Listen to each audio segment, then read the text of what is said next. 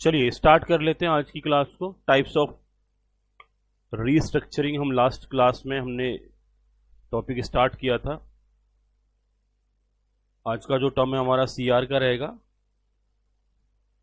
Module 2 का paper number 5 है और सीआर में हमने एक चैप्टर स्टार्ट किया था, वो था हमारा टाइप्स ऑफ कॉर्पोरेट रीस्ट्रक्चरिंग, जहां पर हमने सबसे पहले रीस्ट्रक्चरिंग को समझा। इसके साथ साथ हमने बोला था कि ग्रोथ दो तरीके की होती है, ऑर्गेनिक ग्रोथ होती है, इनऑर्गेनिक ग्रोथ होती है।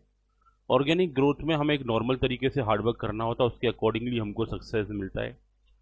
इन ऑर्गेनिक ग्रोथ की जब बात करते हैं तो इन दैट पर्टिकुलर केस हम शॉर्टकट तरीके से कहीं ना कहीं अपने बिजनेस को आगे बढ़ाना चाहते हैं। इसके लिए इन ऑर्गेनिक ग्रोथ के लिए हमारा रीस्ट्रक्चरिंग एक अच्छा टूल है। इसके बाद हमने बात करी थी कॉर्पोरेट रीस्ट्रक्चरिंग, जहां हम बात कर रहे थे जब रीस्ट्रक्चरिंग एस्पेक्ट को कॉर्पोरेट फील्ड में लगा दिया जाता है, कंपनीज के केस में लगा दिया जाता है, कंपनीज को रीडिजाइन किया जाता है, इन दैट पर्टिकुलर केस उस एस्पेक्ट को हम कॉर्पोरेट रीस्ट्रक्चरिंग की कैटेगरी में रखते हैं। इसके साथ साथ need and scope of objective of corporate restructuring को हमने कवर अप किया था पॉइंट नंबर 3 में। पॉइंट नंबर 4 था हमारा लास्ट क्लास का motive behind the corporate restructuring, जहां पर हम फाइनेंशियल मोटिव या अदर मोटिव से जो रीस्ट्रक्चरिंग करते हैं उन सारे मोटिव्स को वन बाई वन करके हमने डिस्कस किया था। देन आफ्टर हम डिस्कस कर रहे थे टाइप्स ऑफ रीस्ट्रक्चरिंग। आज की क्लास का जो टॉपिक रहेगा हमारा पॉइंट नंबर, आई थिंक बेटा पॉइंट नंबर 4 तक हमने कवर अप कर लिया था। जल्दी से एक बार कंफर्म करें, हमने बच्चों यहां पर पॉइंट नंबर 4 तक कवर कर लिया था, जल्दी से कंफर्म करें।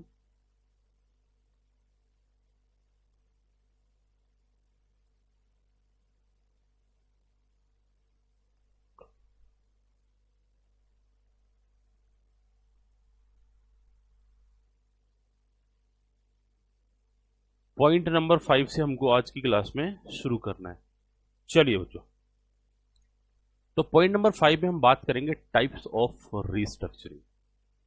टाइप्स ऑफ रीस्ट्रक्चरिंग की जब बात करते हैं तो रीस्ट्रक्चरिंग को हम वेरियस पार्ट्स में डिवाइड कर सकते हैं, जैसे financial restructuring, market restructuring, organisational restructuring and technological restructuring. तो जब जब हम बात करेंगे रीस्ट्रक्चरिंग के रेफरेंस में, तो जो हमारा फाइनेंशियल रीस्ट्रक्चरिंग एस्पेक्ट्स होगा उसमें हम क्या कवर करने वाले हैं, मार्केट रीस्ट्रक्चरिंग में किस तरीके से हम आपस में दो एंटिटी को मर्ज करके रीस्ट्रक्चर करके मार्केट से रिलेटेड एस्पेक्ट्स को हम कैसे स्ट्रॉन्ग बना सकते हैं, वो सारे मुद्दे इनका जब हम एक एक करके इन पॉइंट्स को डिस्कस करेंगे उसमें कवर करके चलेंगे। सबसे पहला मुद्दा रहेगा हमारा फाइनेंशियल रीस्ट्रक्चरिंग, किस केस में होता है, इसमें क्या क्या कवर होता है, इन सारे मुद्दों को हम कवर करेंगे। तो पॉइंट नंबर फर्स्ट नोट करें, इसमें पॉइंट नंबर 5 का पॉइंट नंबर फर्स्ट रहेगा financial restructuring.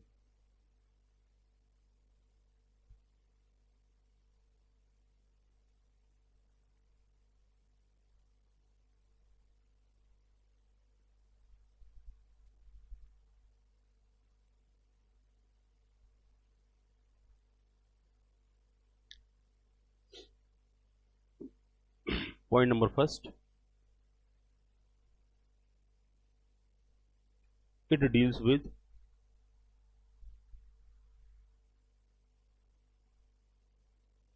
restructuring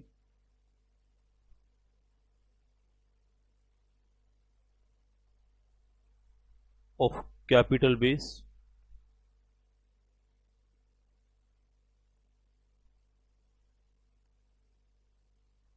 restructuring of capital base and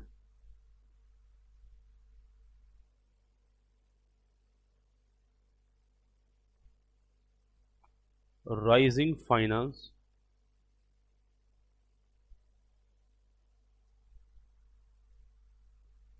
for new projects।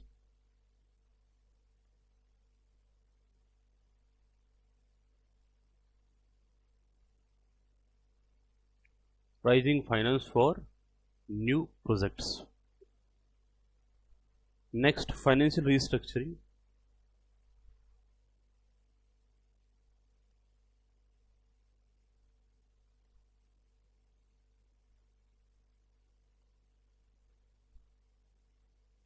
financial restructuring help perform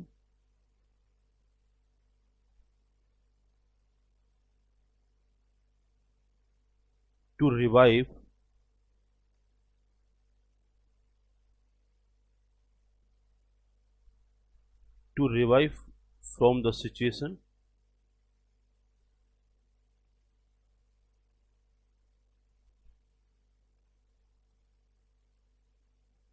of financial distress.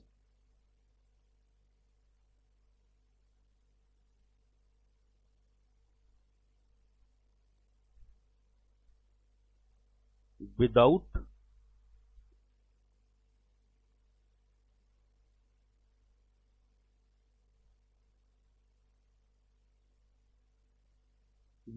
going into liquidation.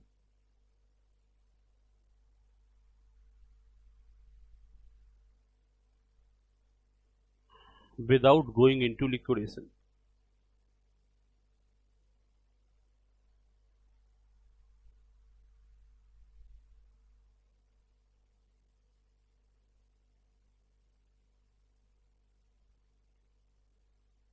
Following are the reasons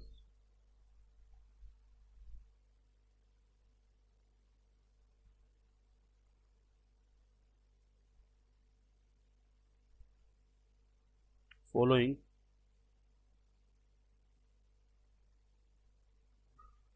are the reasons of financial restructuring. Of financial restructuring.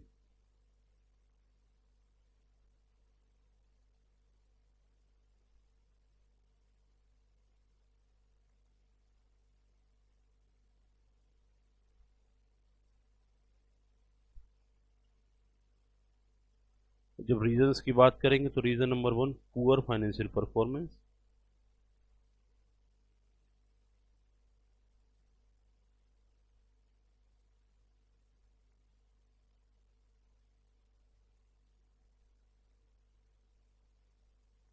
दूसरा external competition,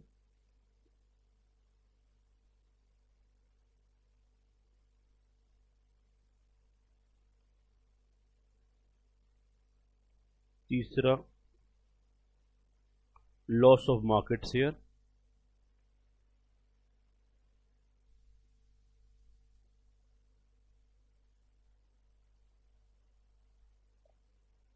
next रहेगा emerging market opportunities.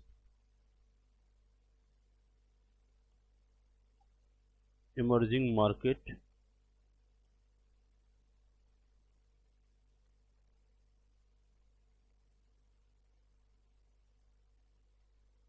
Next रहेगा emerging market opportunities. यहां तक note हो गया बेटा? जल्दी से कंफर्म करें, यहां तक नोट हो चुका है क्या?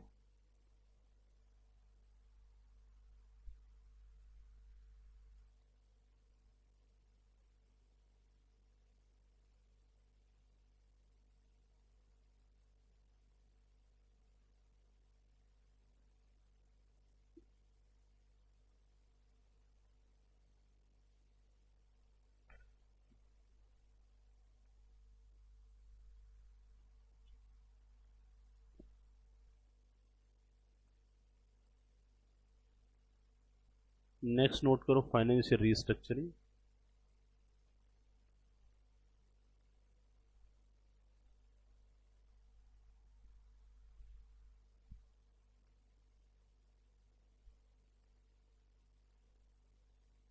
Financial restructuring involve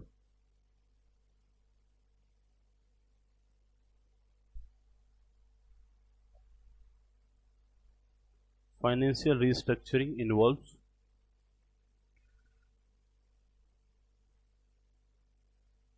buyback,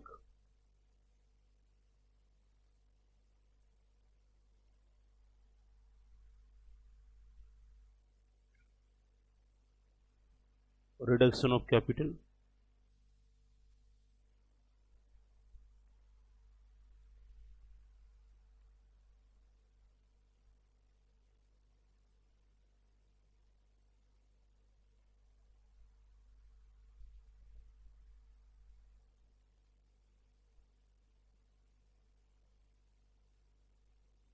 redemption of debenture,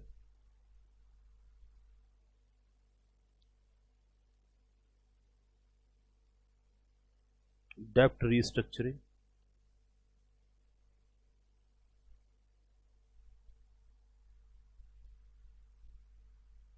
debenture या preference share, dept restructuring, dept restructure,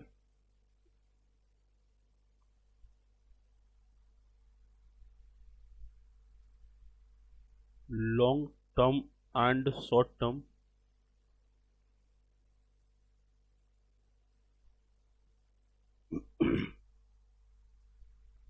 borrowing, restructuring,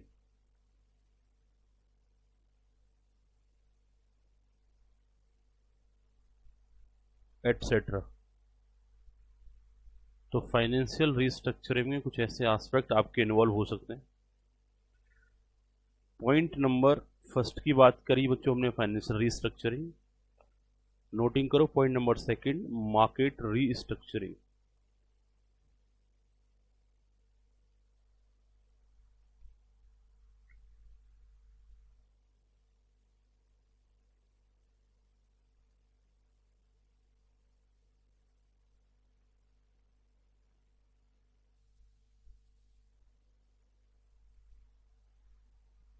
market restructuring,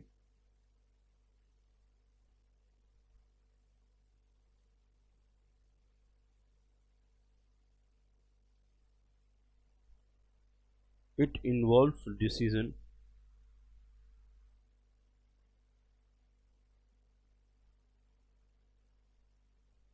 with respect to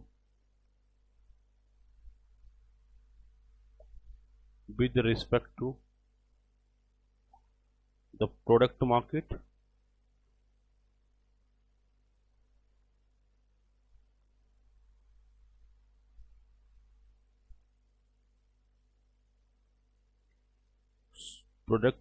segment where the company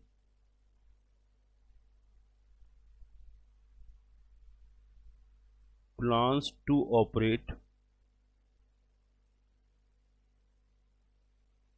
on its core competencies.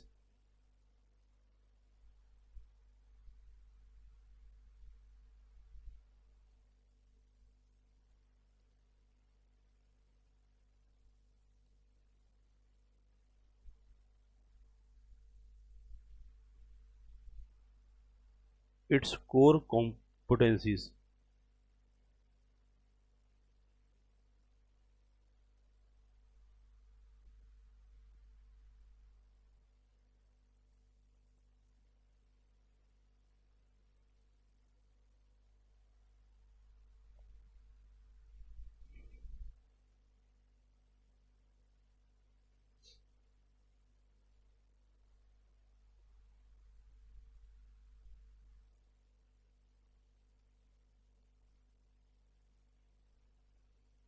Market restructuring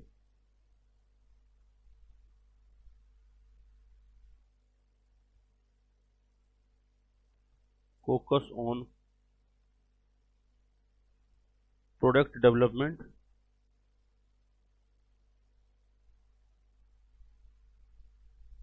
and market development.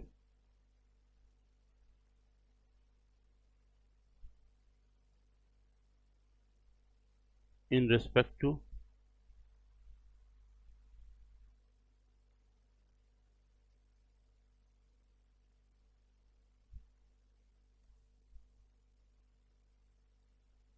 own product। यहां तक note हो गया बेटा?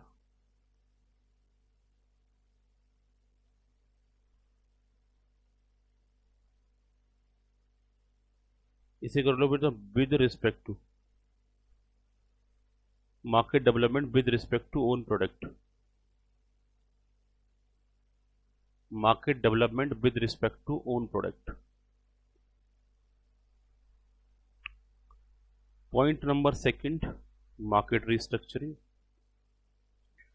Point number third,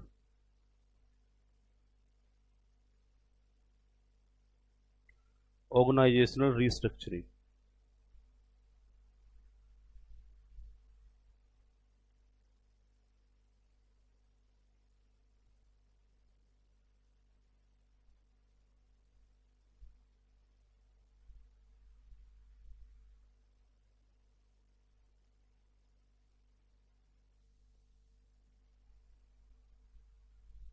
Organizational restructuring. Organizational restructuring. It involves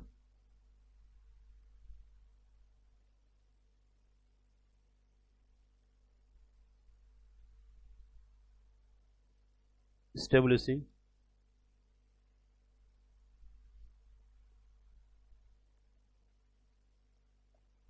internal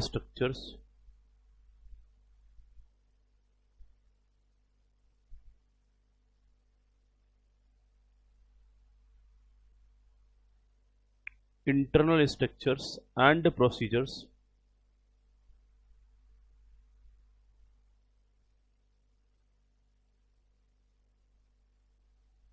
for improving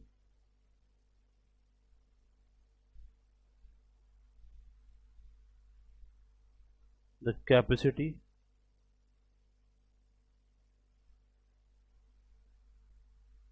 of the personnel in the organizations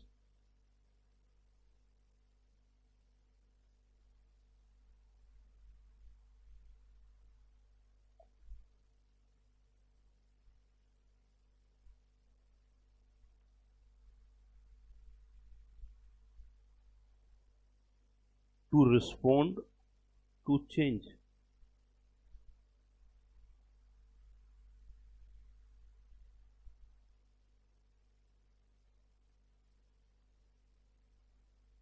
To respond to change.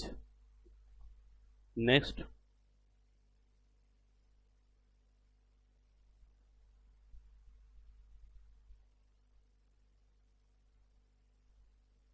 these changes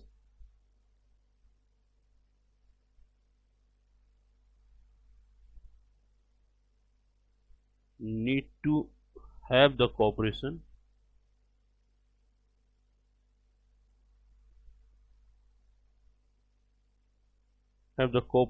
of all the levels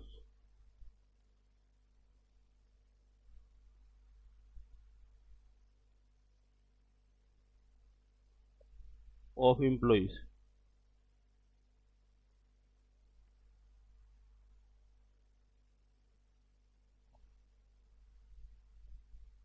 Some company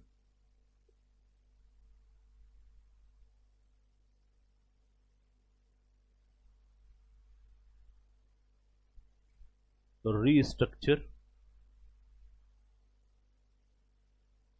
the organization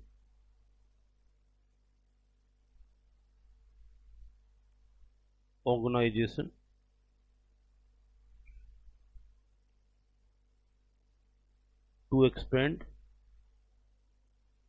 and create new department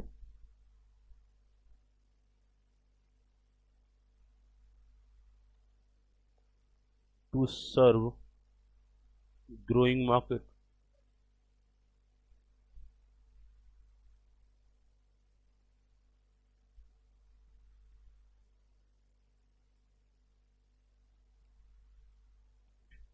Organization restructuring, point number third. Point number fourth,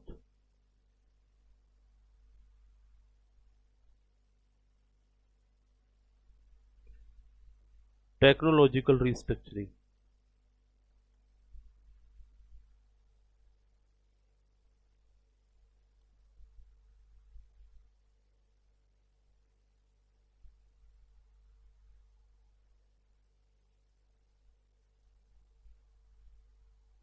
technological restructuring.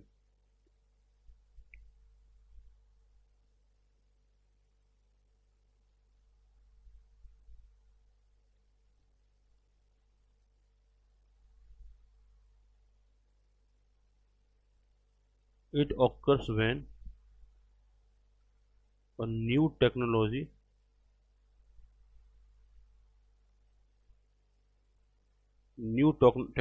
is developed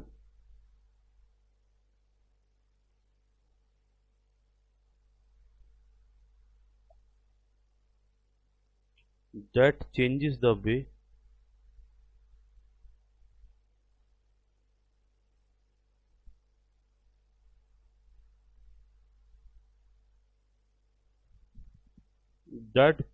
the way an industry operates.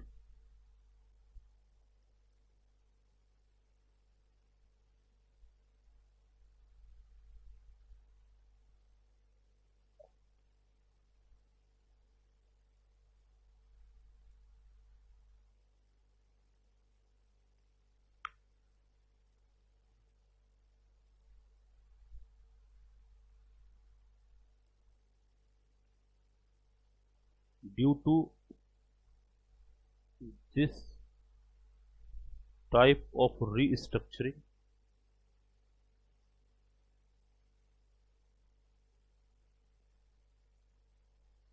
followings are required.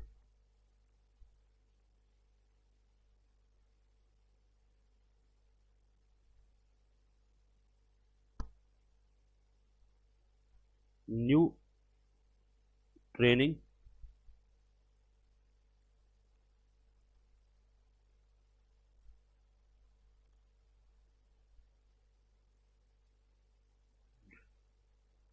investment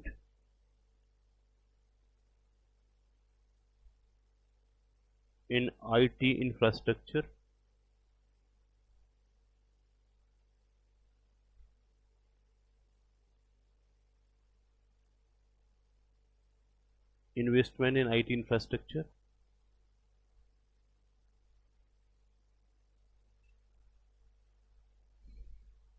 technical knowledge,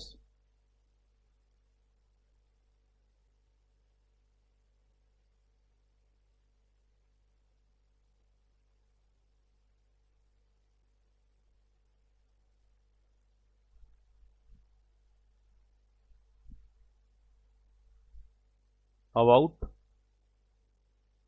IT, etc. Technical knowledge about IT, etc.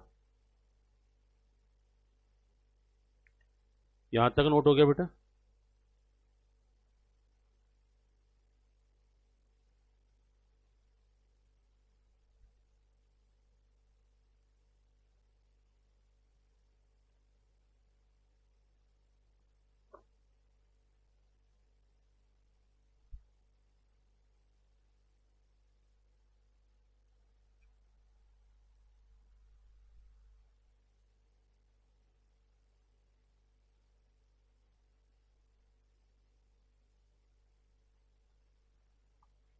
Point number 5 था types of restructuring.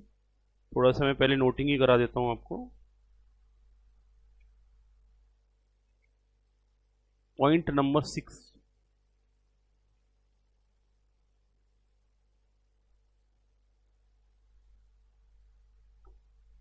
Legal framework of corporate restructuring.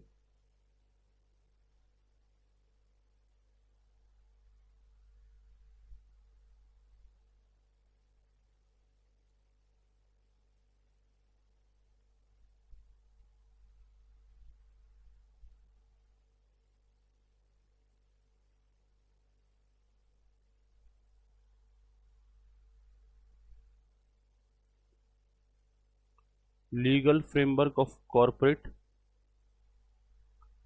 Restructuring ना बेटा, ये हमने देखो point number 5 से start किया था। Point number 5 की हमने 1 2 3 ऐसे करके पॉइंट बनाए थे और टेक्नोलॉजिकल रिस्ट्रक्चरिंग तक हमने एक पॉइंट कंप्लीट कर लिया। यानी कि टाइप्स ऑफ रीस्ट्रक्चरिंग को हमने टेक्नोलॉजिकल रीस्ट्रक्चरिंग तक कंप्लीट कर लिया है। अब अगर हमारा अलग और सेपरेट हेड है legal framework of corporate restructuring. Clear हो गया? अभी जल्दी से एक बार टाइप कर दो, आपका कंफ्यूजन तो नहीं है?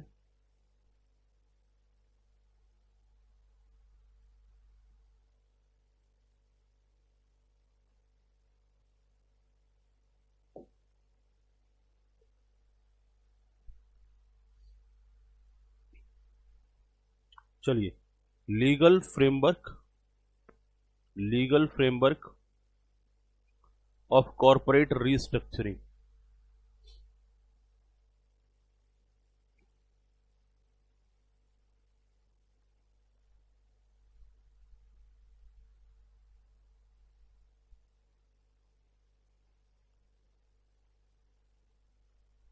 Corporate restructuring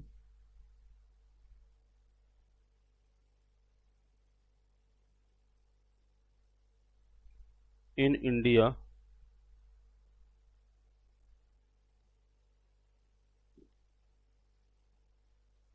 is governed by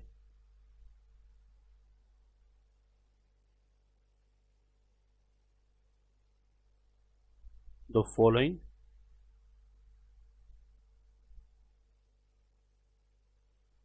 Act, rules, etc.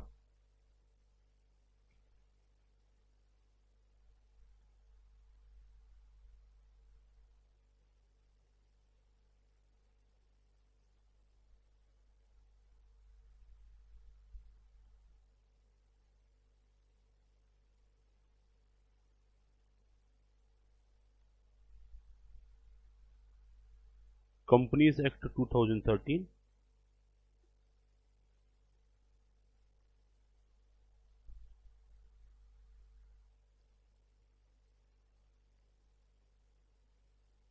the Companies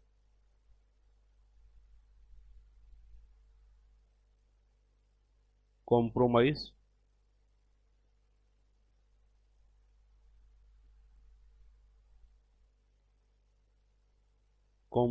Arrangement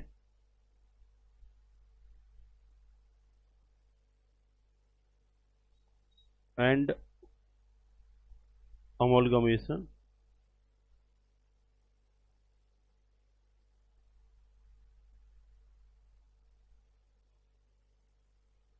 Rule 2016,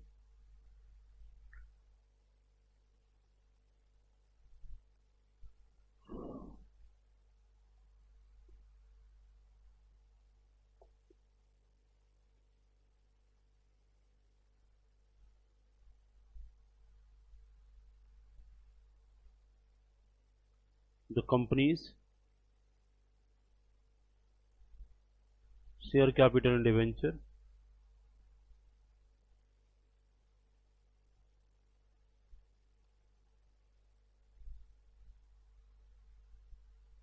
Debentures Rule 2014,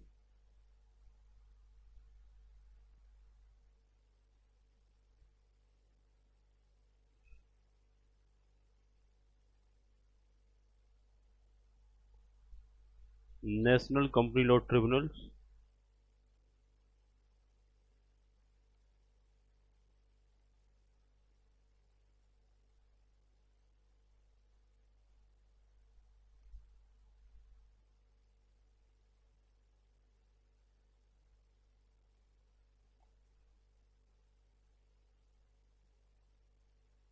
Procedures, Income Tax Act 1961,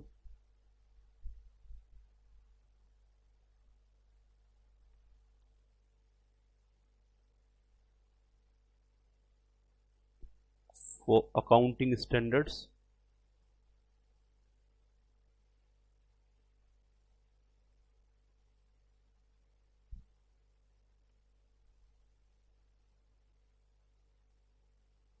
accounting standard, Foreign Exchange Management Act,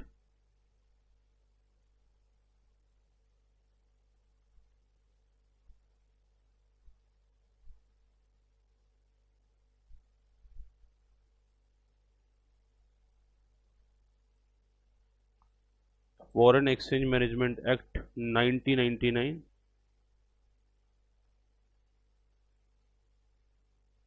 competition Act 2002,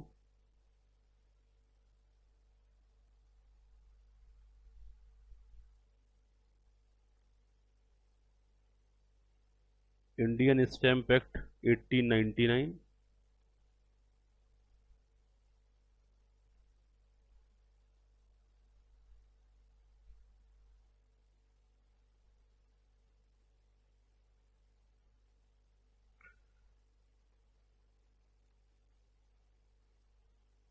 next रहेगा State Stamp act,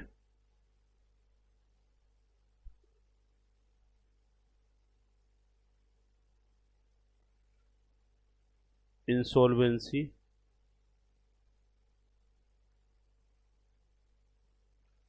and bankruptcy,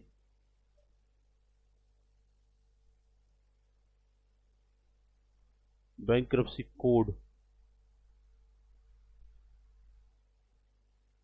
2016 and rules regulation thereon.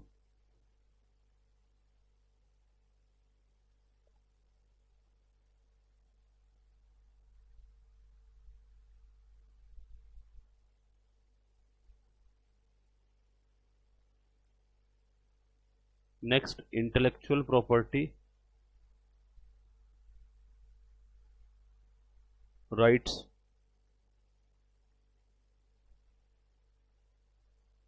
intellectual property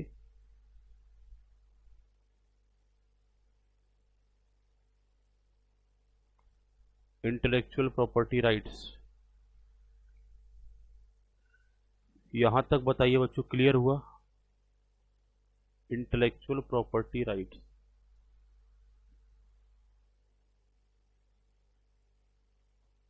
यहां तक बताइए, आपको note down हुआ क्या आपका? इसे explain करेंगे हम। यहां तक एक बार कंफर्म करें, क्या ये नोट हो चुका है?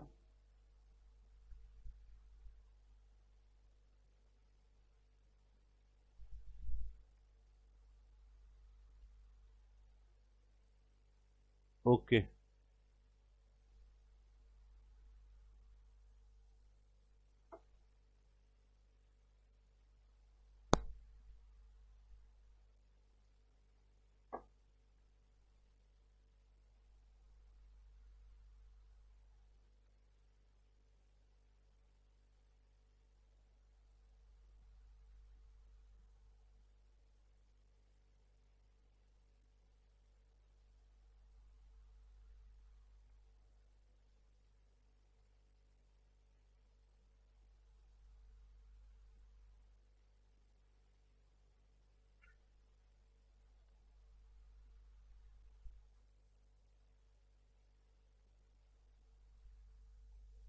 चलिए बेटा,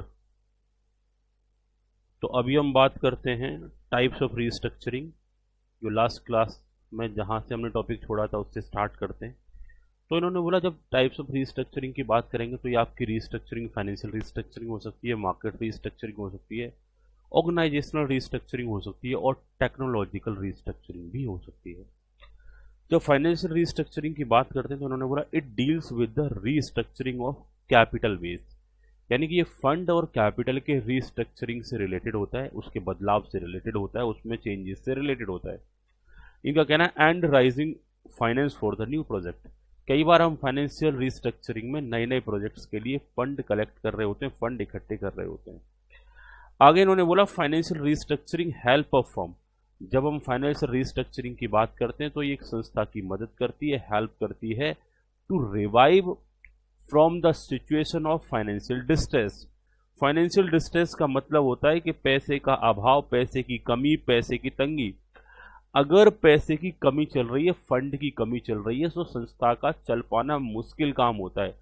तो इनका कहना है कि जब पैसे का या फाइनेंशियल डिस्ट्रेस वाली पोजीशन आती है तो लास्ट में जाकर के कभी ऐसा सर्कमस्टांसेस भी अराइज हो जाता है कि उस संस्था का लिक्विडेशन कराना पड़ता है।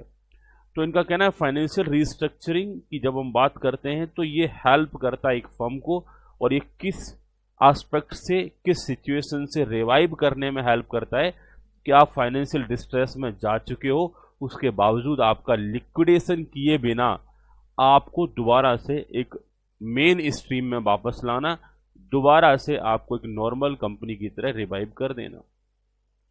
तो जनरली फाइनेंस के इश्यू जब कंपनीज में चलते हैं तो उसके लिए हमारा फाइनेंशियल रीस्ट्रक्चरिंग कंसेप्ट या एस्पेक्ट कहीं ना कहीं हमें उधर लगाना पड़ता है। जब जब हम फाइनेंशियल रीस्ट्रक्चरिंग की बात करेंगे तो उन्होंने बोला कौन कौन से ऐसे मेजर रीजंस हैं जिनकी वजह से फाइनेंशियल रीस्ट्रक्चरिंग करना पड़ता है। तो ऐसे रीजंस के बारे में बात करें तो पुअर फाइनेंशियल परफॉर्मेंस, जब हमारी फाइनेंशियल परफॉर्मेंस अच्छी नहीं होती तो हम लॉसेज में जाते हैं, तो उस दौरान फाइनेंशियल डिस्ट्रेस अराइज होता है।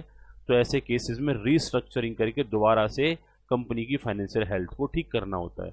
एक्सटर्नल कंपटीशन बढ़ जाता है तो फंड की जरूरतें बढ़ जाती हैं। आपको भी कंपटीशन को टक्कर देने के लिए अपने बिजनेस को बड़े लेवल पर लेके जाना होता है। तो एक्सटर्नल कॉम्पिटिशन्स के केस में भी आपकी रीस्ट्रक्चरिंग करनी पड़ सकती है, पैसे की जरूरत आपको पड़ सकती है। लॉस ऑफ मार्केट शेयर, आप अपना मार्केट शेयर खो रहे हैं तो इसका मार्केट शेयर को वापस पाने का तरीका होता है ह्यूज एडवर्टाइजमेंट करना। जितना ज़्यादा एडवर्टाइजमेंट करेंगे उतना ज़्यादा मार्केट शेयर आपको मिलेगा। इमर्जिंग मार्केट अपॉर्चुनिटी, तो मार्केट में जो नई नई अपॉर्चुनिटीज आ रही है उन्हें अगर कैश करना चाहते हो, उनको अगर कैश करना चाहते हो तो इसके लिए आपको फंड की जरूरत पड़ेगी, फाइनेंशियल रिस्ट्रक्चरिंग करना पड़ेगा। फाइनेंशियल रिस्ट्रक्चरिंग की बात करेंगे तो ये इन्वॉल्व होता है, इसमें बेसिकली इन्वॉल्व करते हैं बायबैक, रिडक्शन ऑफ कैपिटल, यानी कि जब जब हम फंड को अपने यहाँ से कम करेंगे तो उस दौरान हम बायबैक करेंगे, रिडक्शन करेंगे, रिडम्पशन करेंगे। और जब पैसे की जरूरत पड़ेगी तो हम उधर हम शेयर कैपिटल को इशू करेंगे, लोन को कहीं ना कहीं वहाँ पर लोन फाइनेंस कराने का प्रयास करेंगे, लोन लेने का प्रयास करेंगे। तो ऐसे केस में लॉन्ग टर्म लोन अरेंज करना या कैपिटल अरेंज करना या कैपिटल का बायबैक करना, कैपिटल के केस में रिडम्पशन करना, रिडम्पशन ऑफ डिवेंचर या रिडम्पशन ऑफ प्रीफरेंस शेयर, इस टाइप के रीस्ट्रक्चरिंग बेसिकली फाइनेंशियल रीस्ट्रक्चरिंग का पार्ट बन जाते हैं। मार्केट रीस्ट्रक्चरिंग की बात करते हैं तो इन्होंने बोला it involve the decision with respect to the product market segment where the company plans to operate on its core competencies। core competency का मतलब होता है कि आप उस पर्टिकुलर एस्पेक्ट के लिए काम करें जिस एस्पेक्ट के लिए आप बने हैं, जो आपका मेन या कोर बिजनेस है। बच्चों में आपको पढ़ाने की बजाय, मेरा काम है पढ़ाने का, मैं आपको पढ़ाने की बजाय बाकी सारी अदर एक्टिविटीज में इन्वॉल्व रहूं तो मैं उतना सारा पैसा नहीं कमा सकता। बेहतर है कि मुझे क्या करना चाहिए, छोटे छोटे काम अपने किसी और को हैंडओवर कर देना चाहिए, मुझे मेरी कोर कॉम्पिटेंसी पर फोकस करना चाहिए। तो जब मार्केट रीस्ट्रक्चरिंग की बात करते हैं तो हम या प्रोडक्ट डेवलपमेंट की बात करते हैं, हम या कोर कॉम्पिटेंसीज, मेरा जो मेन वर्क है उस पर फोकस करने के लिए कहीं ना कहीं एफर्ट्स लगाने चाहिए। और मार्केट रीस्ट्रक्चरिंग फोकस करता है प्रोडक्ट डेवलपमेंट पर, और साथ ही साथ अपने एरिया में वो मार्केट यानी अपने फील्ड में वो मार्केट डेवलप करने का भी प्रयास कर रहा होता है। मतलब अपने लिए हम खुद मार्केट को बेहतर बनाने का भी प्रयास कर सकते हैं। इसके बाद बच्चों हम बात करेंगे ऑर्गेनाइजेशनल रीस्ट्रक्चरिंग। ऑर्गेनाइजेशनल रीस्ट्रक्चरिंग की जब हम बात करते हैं, it involve establishing internal restructures. Organization restructuring की बात करेंगे, it involve establishing internal restructures and procedures for improving the capacity of the personnel in the organizations to respond to change। इनका कहना है ऑर्गेनाइजेशनल रीस्ट्रक्चरिंग में हमारे यहाँ जो काम करने वाले पर्सन्स हैं उनके लिए हम कुछ ऐसे स्ट्रक्चर्स या प्रोसीजर्स को इम्प्रूव करने वाले हैं जिससे कि उन पर्सन्स की कैपेसिटी हमारी बेहतर होती चली जाए, अच्छी होती चली जाए, जिससे कि हमारे ऑर्गेनाइजेशन में जो चेंजेस आने वाले हैं उन चेंजेस को वो स्टाफ कहीं ना कहीं अडॉप्ट कर पाए और उन चेंजेस के अकॉर्डिंगली वो ऑर्गेनाइजेशन में काम कर पाए। These changes need to have the cooperations of all the levels of the employ. और ऐसे चेंजेस की बात करेंगे तो यहाँ पर हर एक टाइप के एम्प्लॉय को कोऑपरेट करना पड़ता है। कोऑपरेट जब एम्प्लॉय करता है तो उस दौरान हमारा रिजल्ट्स हमारे थोड़े से बेहतर आते हैं। तो ऑर्गेनाइजेशनल रीस्ट्रक्चरिंग की बात करेंगे तो यहाँ पर जो हमारी वर्किंग है, काम करने का तरीका, काम करने के जो प्रोसीजर्स हैं, उन प्रोसीजर्स को हम बेहतर बना रहे होते हैं। तो इन्होंने बोला यहां पर हम कुछ स्ट्रक्चर्स को, कुछ प्रोसीजर्स को हम बेहतर बनाएंगे। दूसरा इन्होंने बोला these changes need to have the cooperation of all the levels of employees. Some companies restructure the organisation to expand and create new department to serve growing market.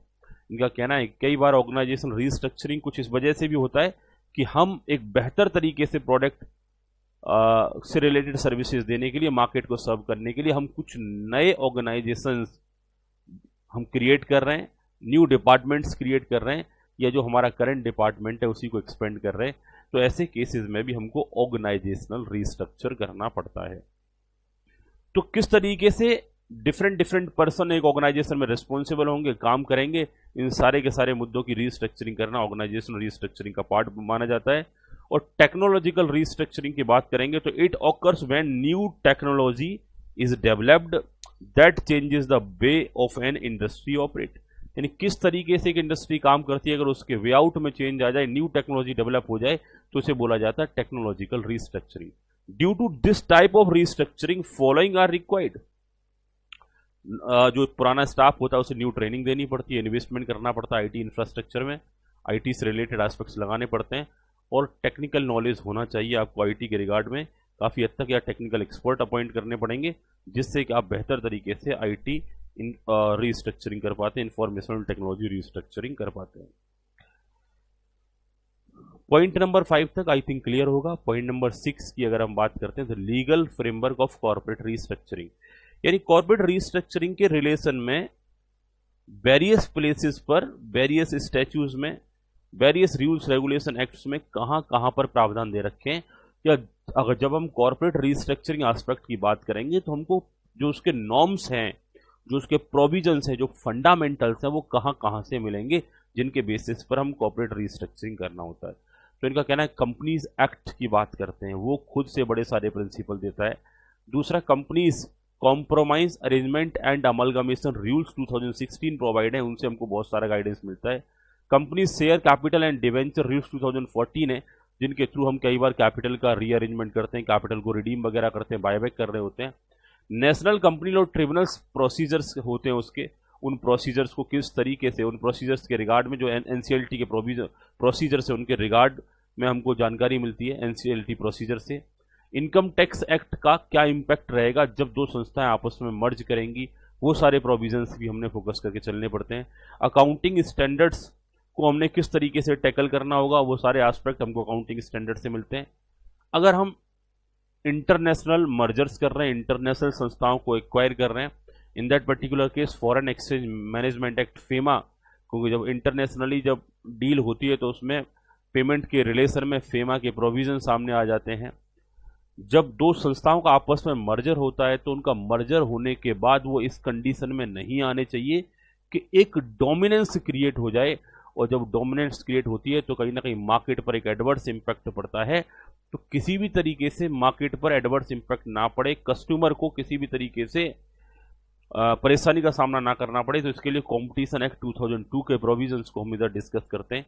Indian stamp act और state stamp act various stamp related matters में कहीं ना कहीं सामने आ जाते हैं। Insolvency and bankruptcy code उन restructuring में सामने आ जाता है जहां इंसॉल्वेंसी रिलेटेड एस्पेक्ट्स को, प्रोसीजर्स को हमें आगे बढ़ाना होता है, और इंटेलेक्चुअल प्रॉपर्टी राइट्स भी कई बार हमको इधर कवर करके चलने होते हैं।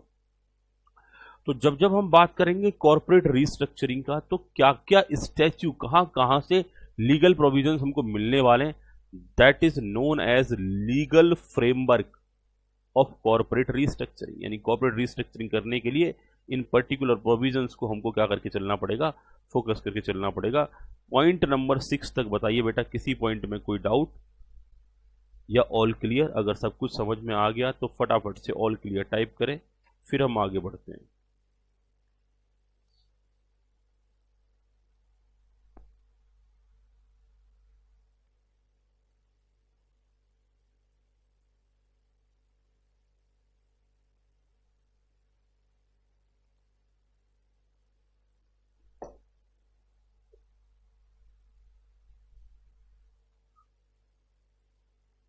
अगले मुद्दे की बात करता हूं बच्चों में, कॉर्पोरेट रीस्ट्रक्चरिंग की बात करता हूं। पॉइंट नंबर 7 की आपके साथ बात कर रहा हूं।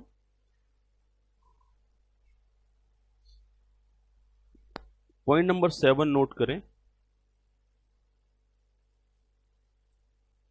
Most commonly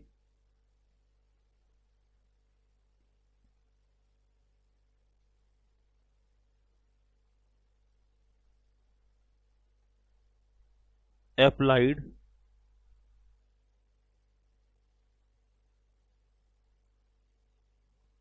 tools of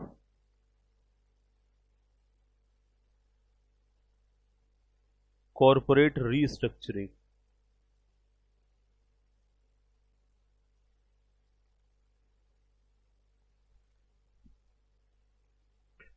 most commonly applied tools of corporate restructuring, यानी कॉरपोरेट रीस्ट्रक्चरिंग करने के लिए हमको मोस्ट कॉमनली कौन कौन से टूल्स का इस्तेमाल करना पड़ेगा। पहला रहेगा mergers and acquisitions,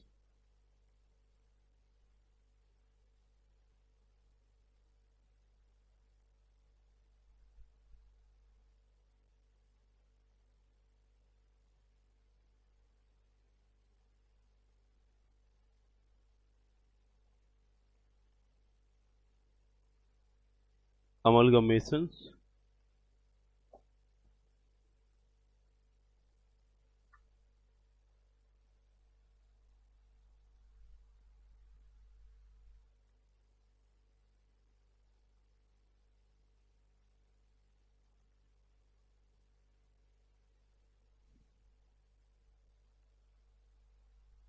consolidation,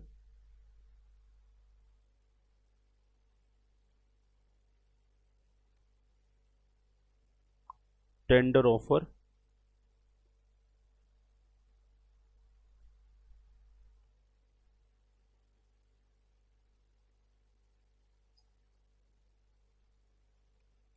acquisition of assets,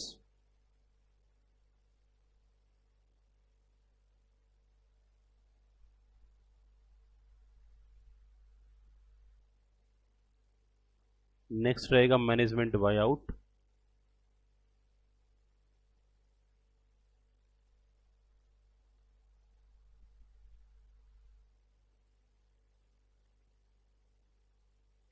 अगला रहेगा purchase of company as resolution,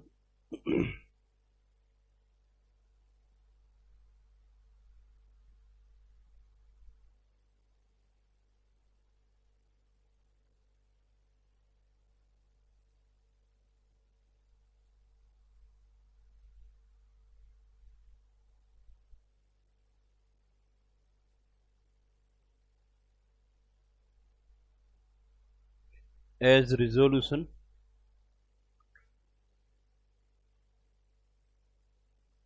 applicable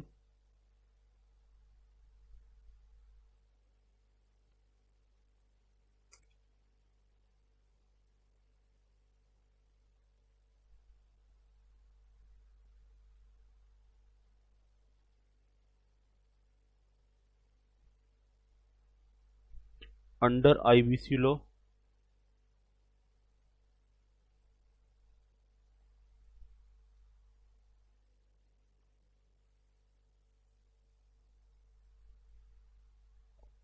next रहेगा बच्चों डीमर्जर,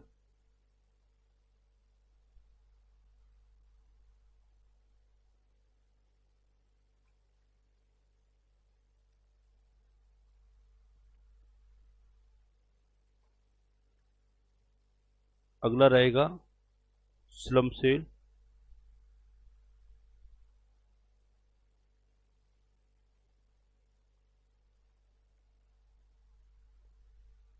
नेक्स्ट रहेगा बिजनेस सेल या डाइवेस्चर,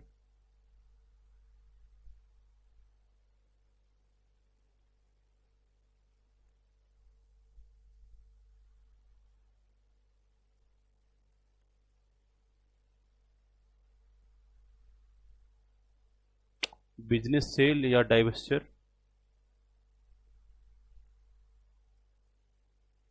अगला रहेगा जॉइंट वेंचर,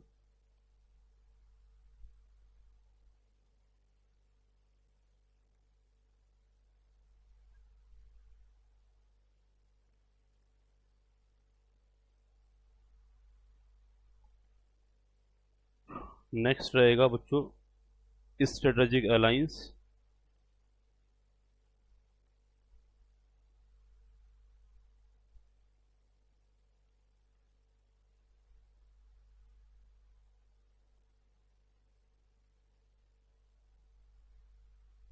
और नेक्स्ट रहेगा रिवर्स मर्जर,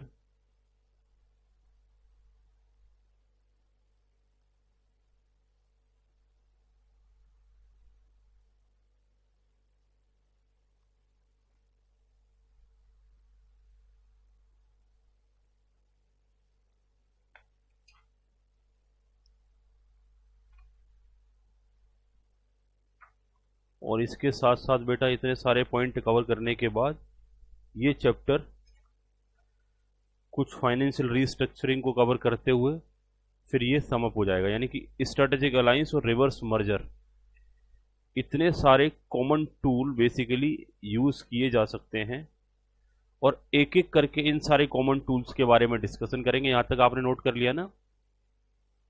एक एक करके इतने सारे कॉमन टूल्स के बारे में डिस्कस करेंगे और जैसे ही ये कॉमन टूल्स डिस्कस होंगे तो कुछ हमारे प्रोविजनल एस्पेक्ट्स हैं फाइनेंशियल रीस्ट्रक्चरिंग को लेकर के, उनको डिस्कस करेंगे और देन आफ्टर ये चैप्टर हमारा हो जाएगा complete.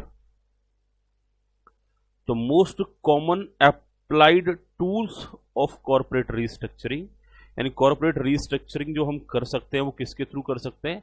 Mergers, acquisition, amalgamation, consolidation, tender offer और साथ ही साथ acquisition of assets, management buyout, purchase of company as a resolution applicant under IBC laws, demerger, slump sale, business sale, divestiture या joint venture, strategic alliance या फिर reverse merger.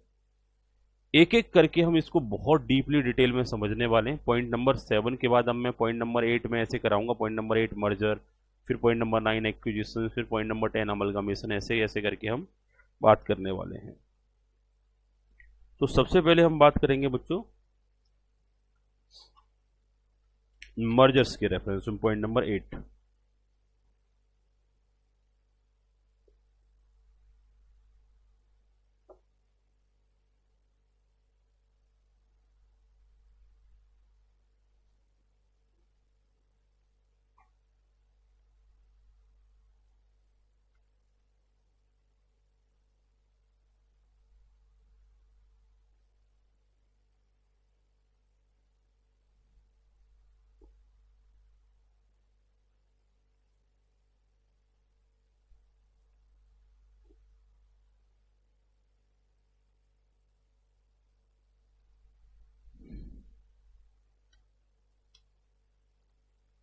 Point number 8,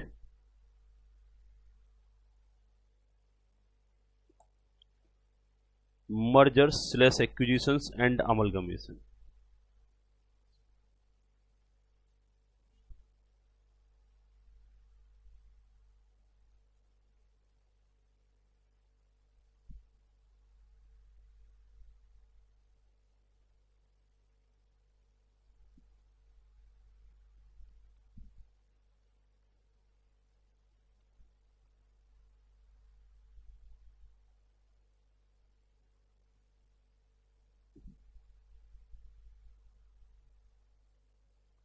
हम यहाँ पर मर्जर्स, एक्विजिशन और अमलगामेशन aspects को cover करने वाले हैं।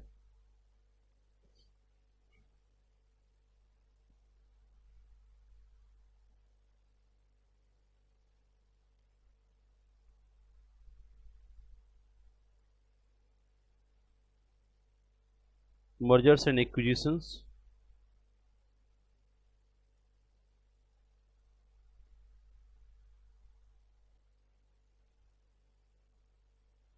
are transactions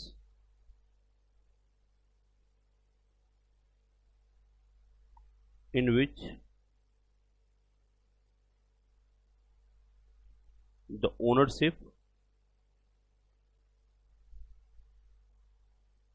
of companies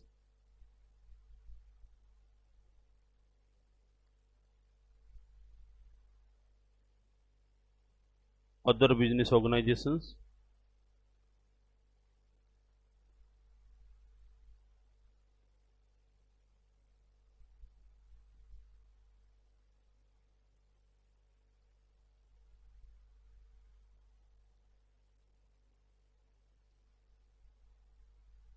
or operating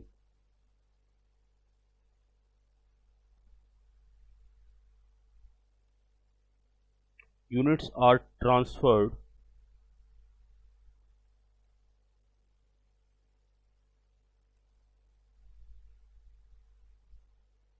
or combined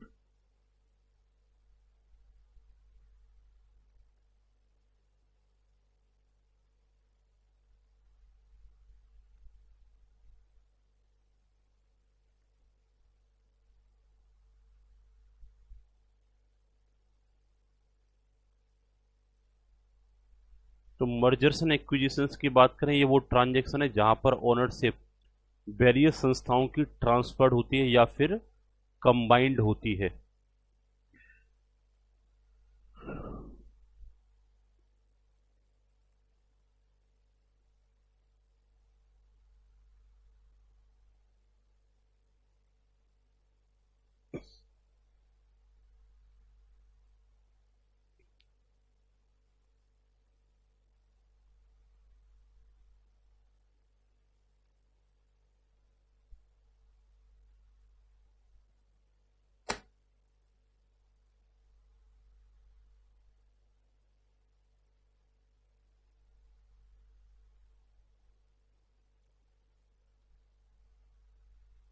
in case of amalgamation,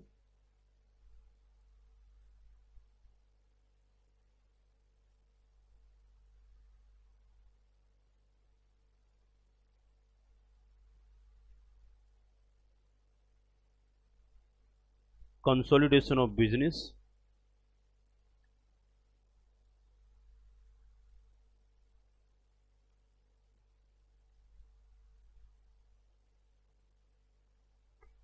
slash entities through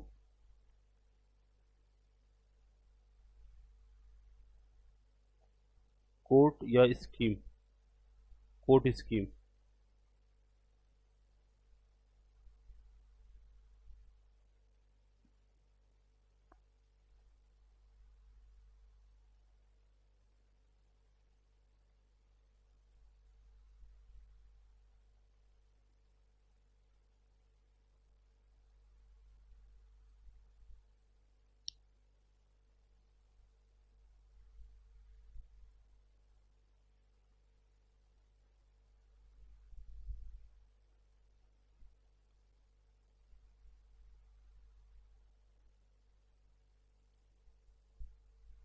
mergers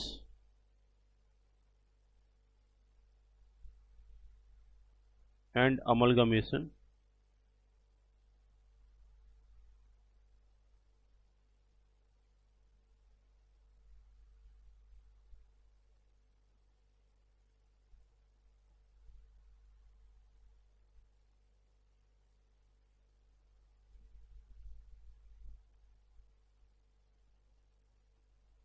Indian companies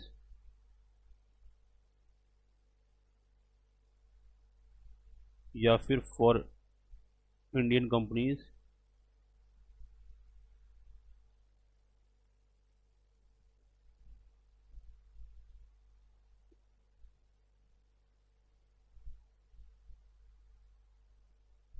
with foreign companies।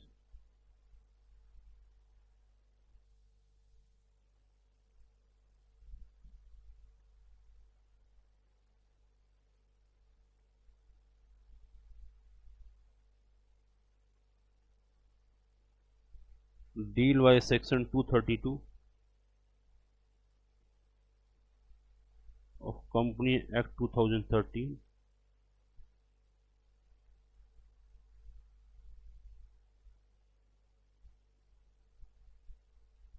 deal by section 234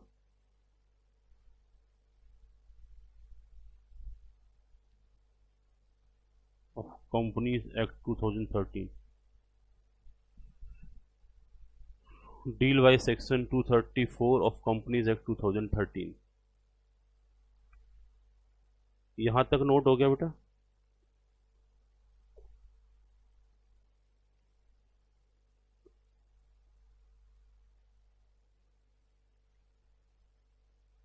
अगला होगा point number 9,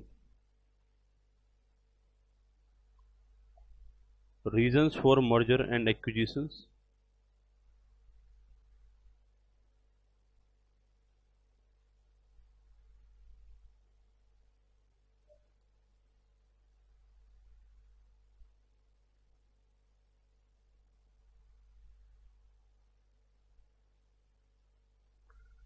Reasons for mergers and acquisitions।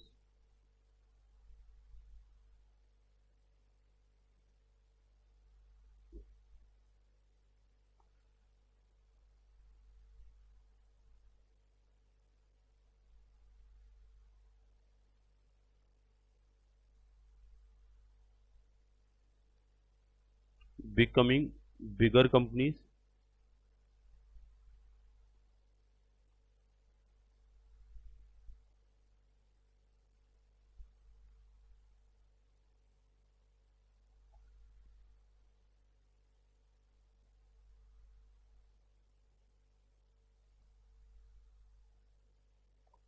domination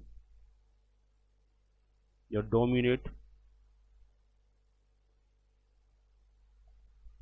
dominate their sector,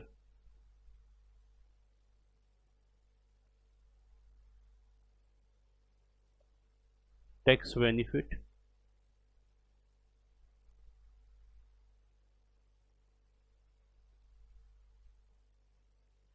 economies of scale,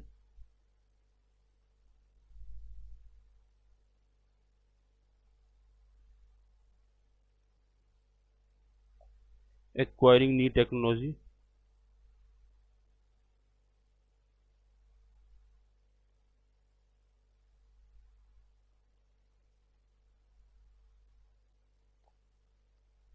improved market reach,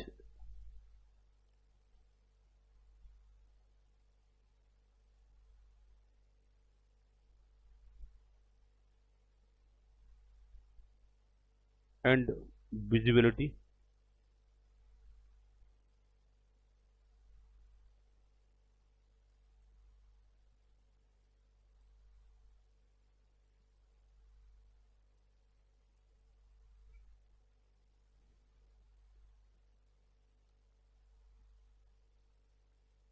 And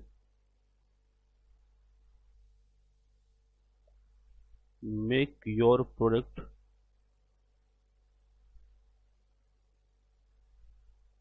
competitive,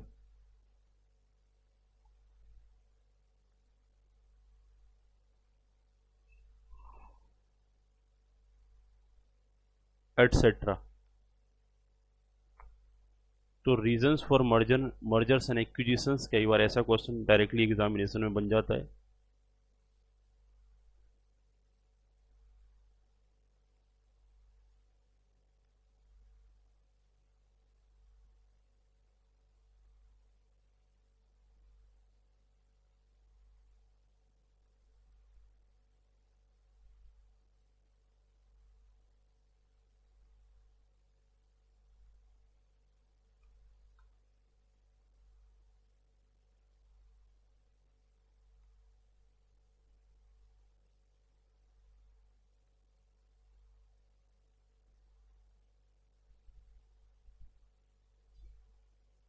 यहां तक note हो गया बेटा सभी का?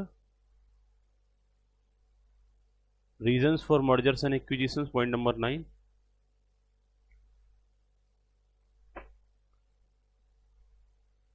और पॉइंट नंबर 10 रहेगा mergers and merger and different types of mergers.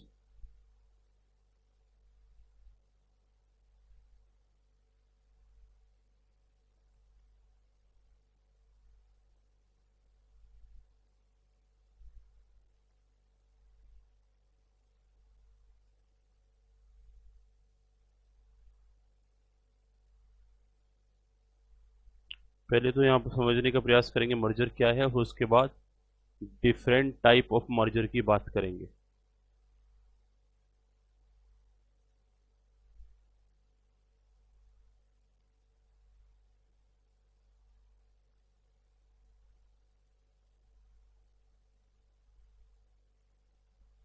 The term mergers and amalgamation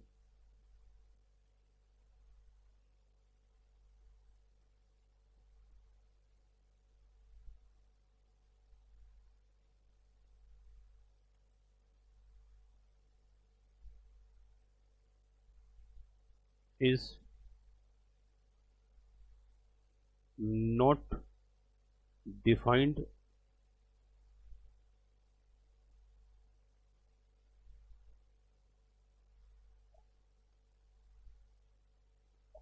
under Company Act 2013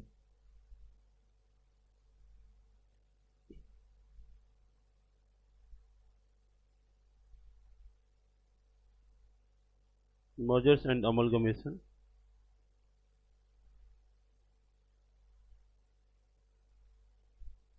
is often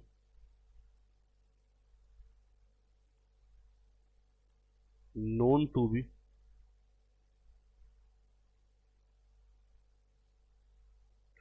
a single terminology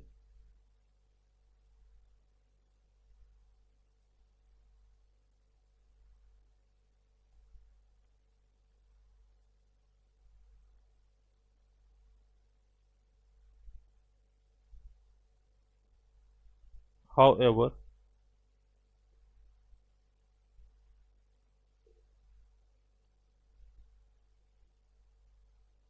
there is a thin difference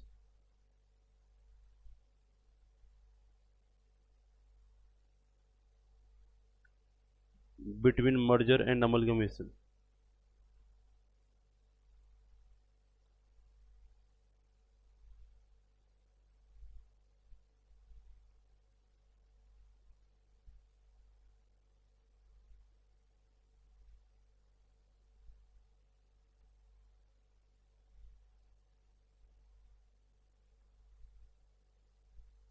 Between the merger and amalgamation. However, there is a thin difference between the merger and amalgamation.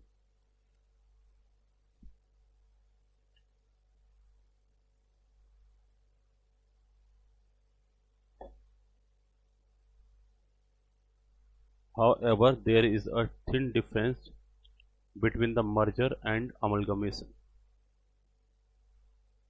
यहाँ तक note हो गया बेटा?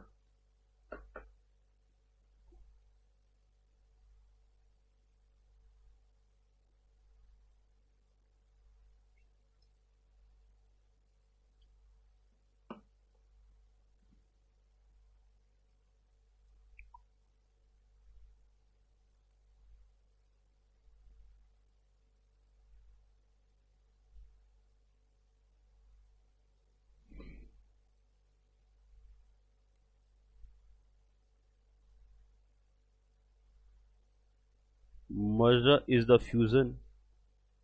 Merger is the fusion.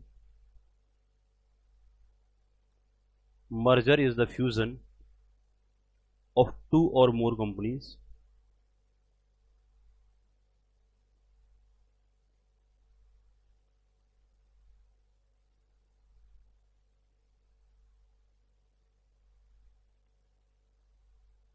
whereby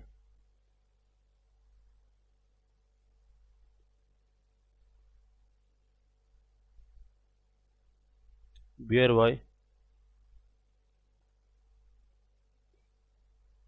identity of one or more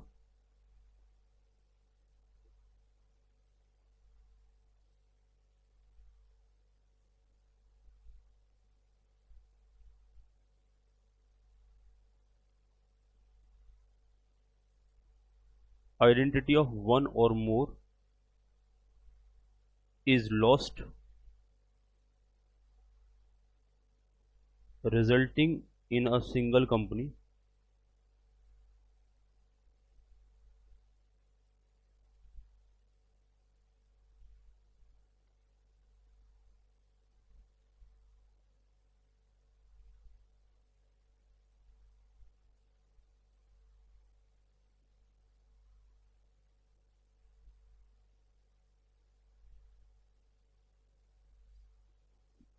Next, amalgamation.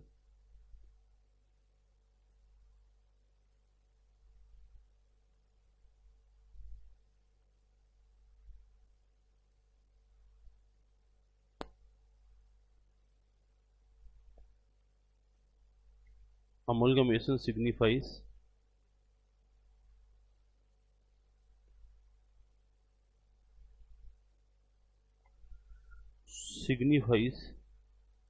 the blending of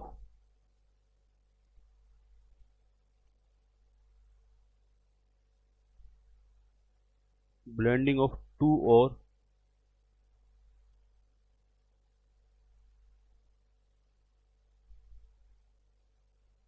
or more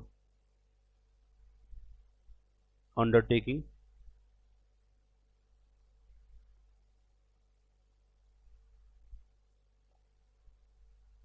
into one undertaking.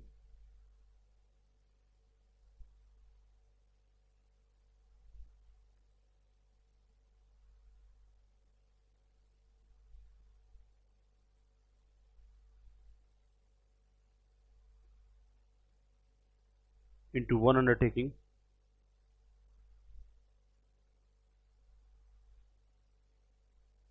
and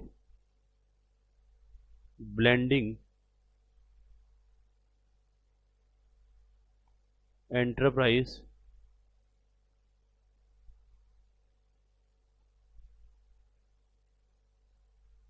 loses or loses their identity,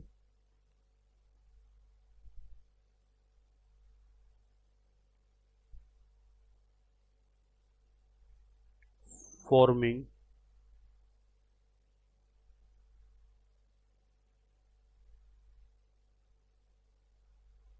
themselves into a separate legal identity.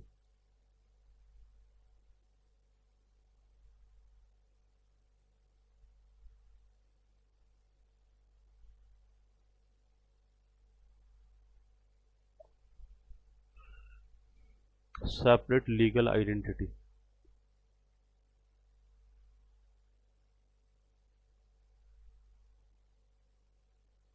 तो जब merger की बात करेंगे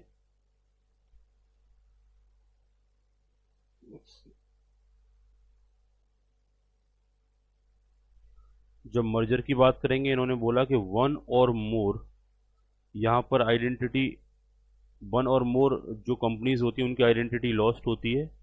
उसके बाद एक single company यहाँ पर रिजल्ट के तौर पर अपीयर होती है और दूसरा resulting in a single company, that is known as merger. Amalgamation की बात करते हैं तो signifies the blending of two और more undertaking into a one. दो या दो से ज़्यादा अंडरटेकिंग मर्ज होकर के, ब्लेंड होकर के, जुड़ करके एक एंटिटी बन जाती है। तो यहाँ वन और मोर है, इधर टू और मोर है। Undertaking and blending enterprises loses their identity, और यहाँ पर जो ब्लेंडिंग इंटरप्राइजेस होते हैं वो अपनी आइडेंटिटी को लूज कर देते हैं, forming themselves into a separate legal identity.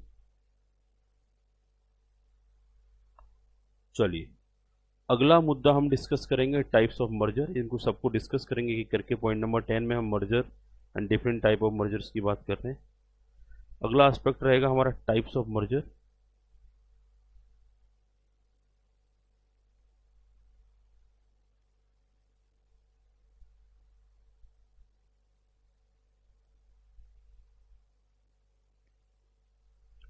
Merger के अगर टाइप्स की बात करेंगे तो हमारा इसमें horizontal merger,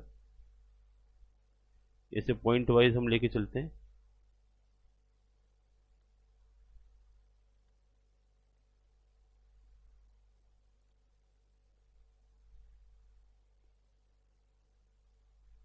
point number 2 vertical merger,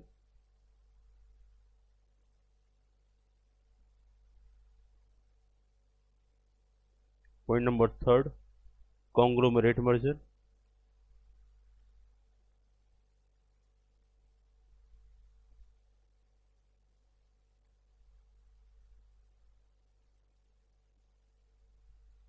point number 4 cogeneric merger,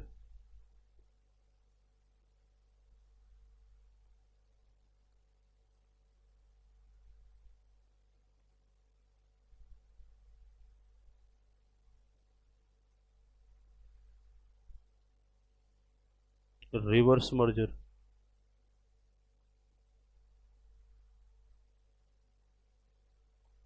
point number 5 reverse merger. तो horizontal merger, vertical merger, conglomerate merger, cogeneric merger and reverse merger, types of merger की हम बात कर रहे हैं। एक एक करके इनको डिस्कस करना है, लेकिन अभी हमने जितना नोट कर लिया पहले हम इसको कवर अप कर लेते हैं।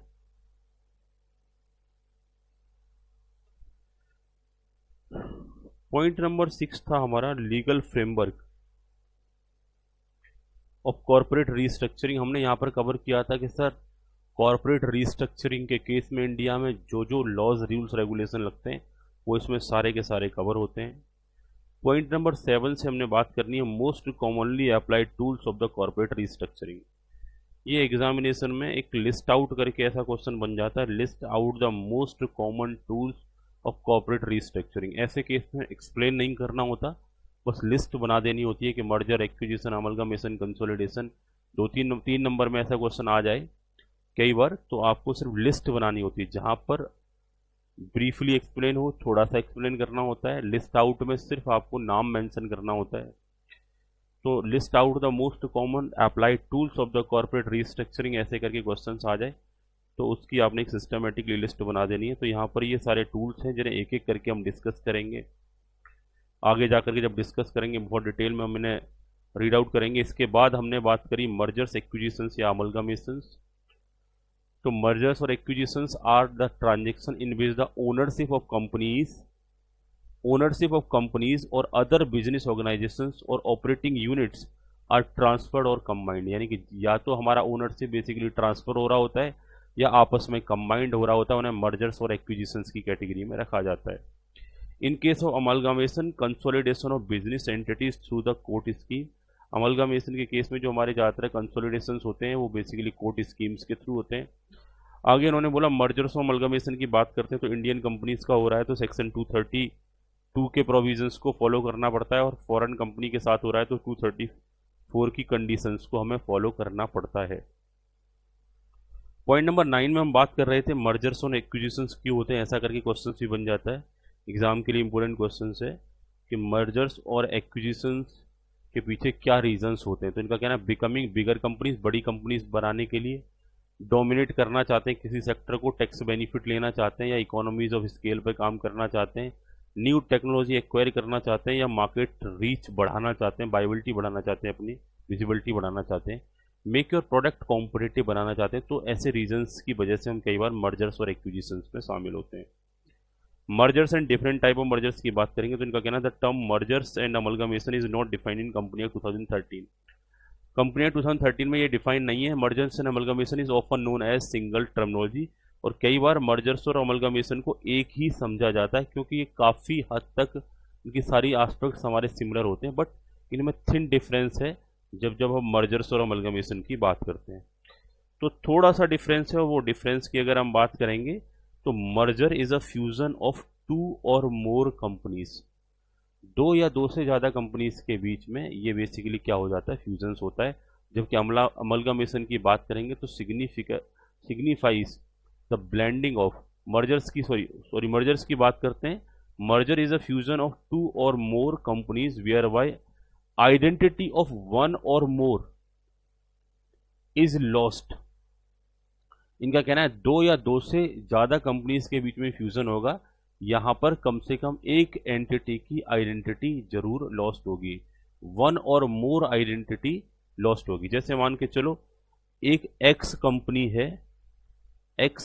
है, ये बेसिकली खत्म हो जाएगी और ये किस में मर्ज हो जाएगी, बाई कंपनी में मर्ज हो जाएगी। तो 2 कंपनीज के बीच में था, यहाँ पर एक्स का क्या हो रहा है, एक्स कंपनी क्या हो रही है, खत्म हो रही है, और बाई कंपनी पिक्चर में रहेगी। यानी कि 2 एंटिटी के बीच में हुआ तो एक खत्म हुई, दूसरी पिक्चर में रही। एक कंपनी है ए बी और इनका सी के साथ बेसिकली मर्जर हो रहा है, तो ए खत्म एंड बी खत्म, तो 2 कंपनी 1 और मोर एंटिटी हमारी क्या हो जाती है, अपनी आइडेंटिटी लॉस्ट कर देती है। ये मर्जर के केस में बात कर रहे थे। Amalgamation signifies the blending of 2 और मोर कंपनी, यहाँ हम 2 या 2 से ज़्यादा कंपनीज को आपस में ब्लेंड कर रहे होते हैं इनटू 1, और इनको हम एक में ब्लेंड कर रहे होते हैं, एक अंडरटेकिंग में ब्लेंड कर रहे होते हैं, और blending enterprises loses their identity, और यहाँ पर ब्लेंडिंग इंटरप्राइजेज आइडेंटिटी को लूज कर रहे होते हैं। दैट मीन्स हम बात करते हैं जब हम अमलगमेशन की बात करेंगे तो अमलगमेशन में कैसा रहेगा कि जैसे मान के चलो हमारा ए और बी 2 एंटिटी हैं, ए और बी हमारी 2 एंटिटी हैं। इन दैट पर्टिकुलर केस ए और बी को यहाँ पर आपस में मर्ज कर दिया जाएगा, ए और बी को आपस में मर्ज कर दिया जाएगा। तो ए और बी को जब आपस में मर्ज करेंगे तो वो एंटिटी बी ही हमारी बनी रहेगी। दैट मीन्स ए और बी दोनों मर्ज होकर के हमारी एंटिटी क्या बन गई, बी बन गई। यहां पर x को खत्म किया जाया था पूरी तरीके से, तब जा करके वो बाई बन रही थी। या तो x को एंड करके हम या तो उसे बाई बना रहे थे, या a और b दोनों को खत्म करके उसे हम c बना रहे थे। बट हम यहाँ पर बात कर रहे हैं a और b एंटिटी, दो एंटिटीज की बात कर रहे हैं।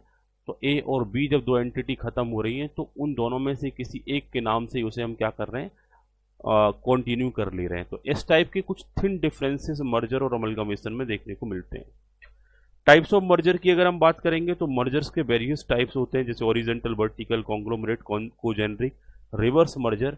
और इन सारे के सारे केसेस में मर्जर कैसे काम करता है, मर्जर कैसे होता है, एंटिटी कैसे मर्ज होती है, ये सारे पॉइंट्स हम एक एक करके डिस्कस करेंगे। वो टाइप्स ऑफ मर्जर हम नेक्स्ट क्लास से करेंगे। तो आज की क्लास को बेटा इधर ही होल्ड रखता हूँ, बाकी रेस्ट टॉपिक हम नेक्स्ट क्लास से कवर करेंगे। अभी के लिए बाय बाय।